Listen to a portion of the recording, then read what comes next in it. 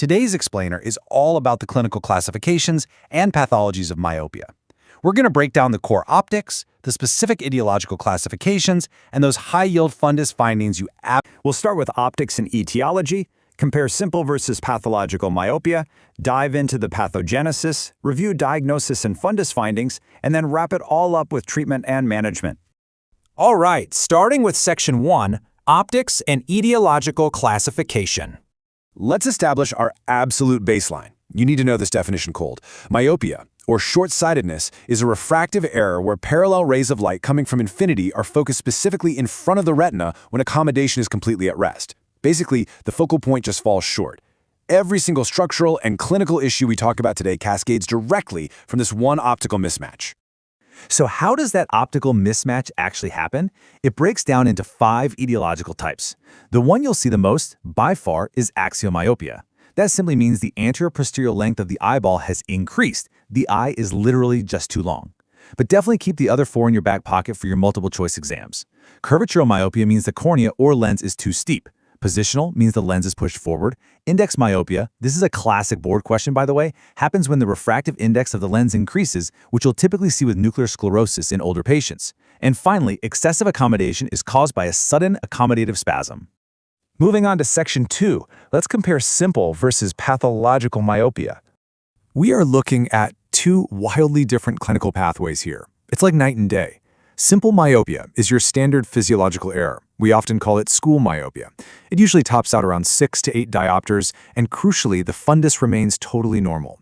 But pathological myopia, that's a whole different beast entirely.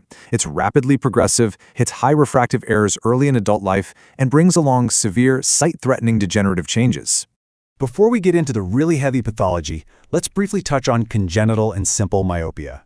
Congenital is present right at birth. It's often unilateral, creating anisymmetropia, and might even cause a convergent squint because the kid is trying so hard to focus at their very close far point.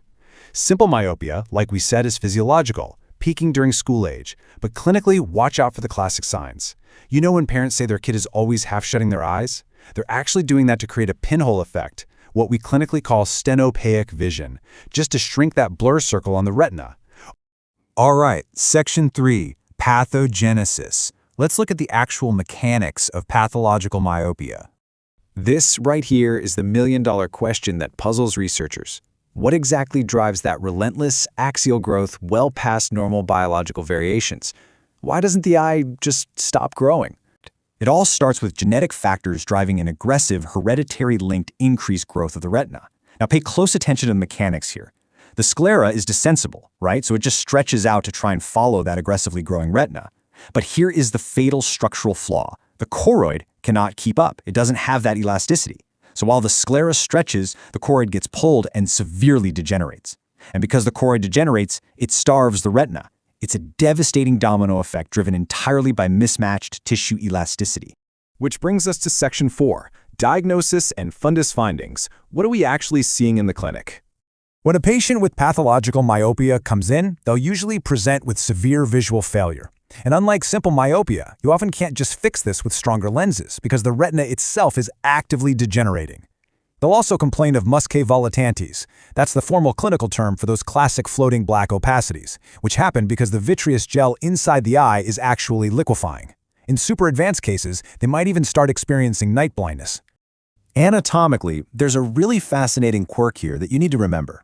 The elongation of the eyeball almost exclusively affects the posterior pole. That means if you look at the part of the eye anterior to the equator, the front part, it might look 100% normal. All of the dangerous stretching is localized entirely to the back of the eye. Fundus exam. First, the optic disc will look large and pale. Temporal myopic crescent, which is where the choroid and retina are physically pulled away from the disc margin. And conversely, look for a supra-traction crescent on the nasal side, where the retina is actually dragged over the margin. Moving out to the macula, you'll spot white atrophic patches with pigment heaping, and way out in the periphery, cystoid degeneration. The Foster-Fuck spot. If you see a dark red circular patch right at the macula, you are looking at subretinal neovascularization and a choroidal hemorrhage. The stretched tissues have literally cracked, prompting abnormal, leaky blood vessels to grow. It is an absolute hallmark of severe macular compromise. Unfortunately, it gets worse.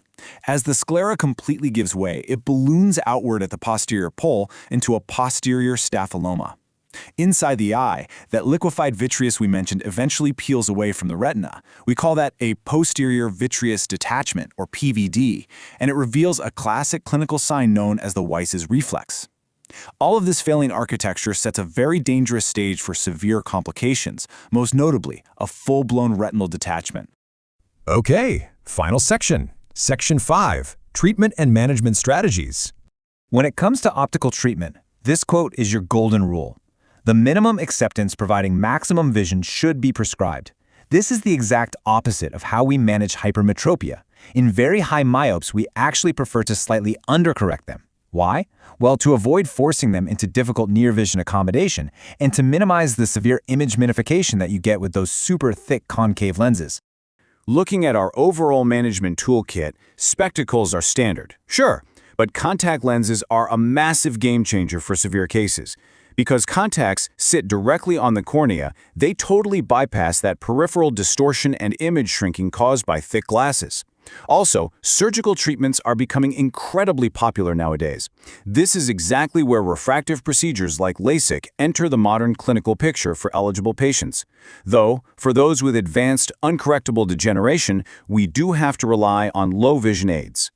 Let's touch on prophylaxis, because this is a really serious aspect of the condition. Because pathological myopia has such an incredibly strong genetic basis, this actually involves advising against marriage between two individuals who both have progressive myopia. Thanks so much for joining me today.